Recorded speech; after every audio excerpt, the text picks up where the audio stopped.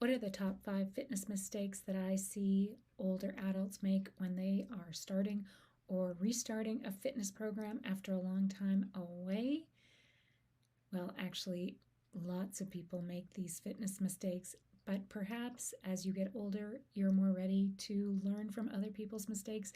You don't need to make your own, or you feel like there's a more pressing urgency to start looking after yourself, so you don't want to make these mistakes. So, what are they?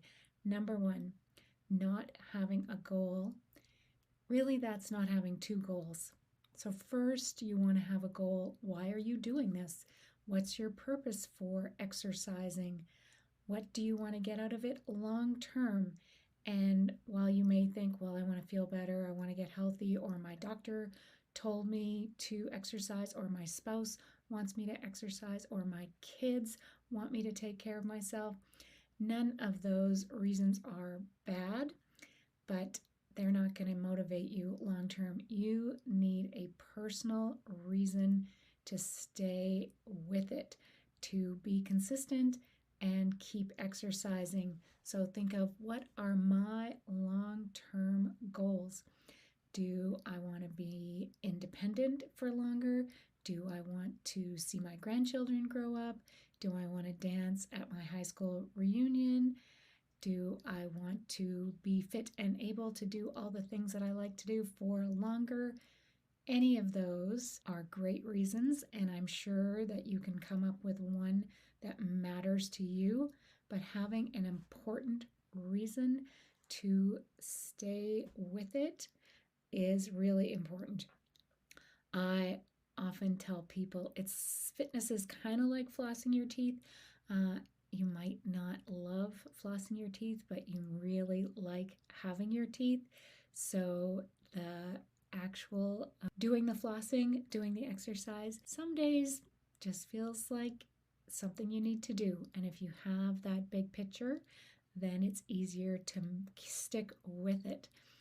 Your second goal should be short-term goals. So what do I want to accomplish in the near future? These are steps to getting to your long-term goal. And I would recommend that you set process goals, not outcome goals. So what is the difference? A process goal would be something like, I want to walk 20 minutes 3 times this week, where the outcome goal may be, I want to walk 10,000 steps, or something that you can measure. And I would start, nothing wrong with either of those goals, but I would start with process goals because they're more motivating, they're a little more flexible, you can adapt them. And if you stick with things like that, you feel more confident in your abilities. Process goals also measure action, that you have done something, you can mark it as complete, and that also helps you stay with it.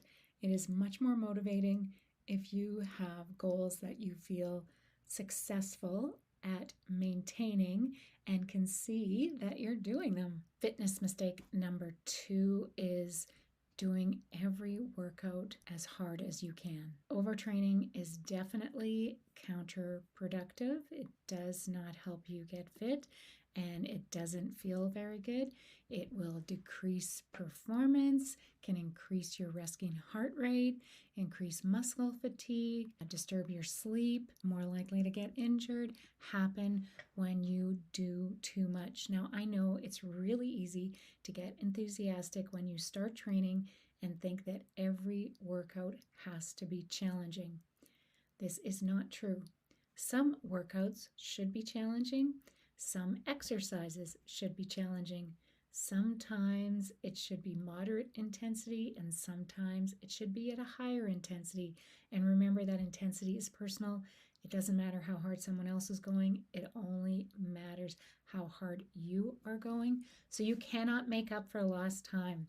You need to start slowly, increase gradually, and do what feels manageable. It's funny because people either tend to do too little or do too much. There's very little Goldilocks when it comes to when people start training at how hard they go. So don't be afraid to do some challenging workouts or some challenging exercises, but every workout should not be painful. Every exercise should not be as hard as you can go. You need a little bit of both. You need to find that Goldilocks of training to get the best benefits. The third mistake is comparing yourself to other people, whether it's the workout you're doing or the information you're consuming. Just stop doing it. Everyone is different. We all respond a little bit differently. We might have different programs because of our goals. You may have medications that interfere with your progress. There are so many variables that just because your friend is doing something or your friend's trainer said something or you read it on the internet, that doesn't make it right for you. So comparing yourself with others and comparing your program with what other people are doing is not helpful and will not help you get fitter faster. Fitness mistake number 4. You should not be in pain. Pain is a signal that something is wrong. It's not necessary to work through pain. In fact, you should not do that. And you do not need painful workouts to see improvements. You can get improvements starting with gentle workouts and then increasing the intensity slowly. So progressive overload is what matters. So don't ignore pain. It could be a muscle imbalance. It could be an old injury.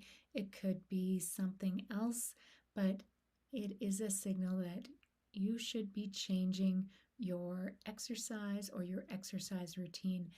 The last fitness mistake that people often make when they're starting an exercise program is only doing one type of exercise. And that's a good place to start, but you need to have some variety.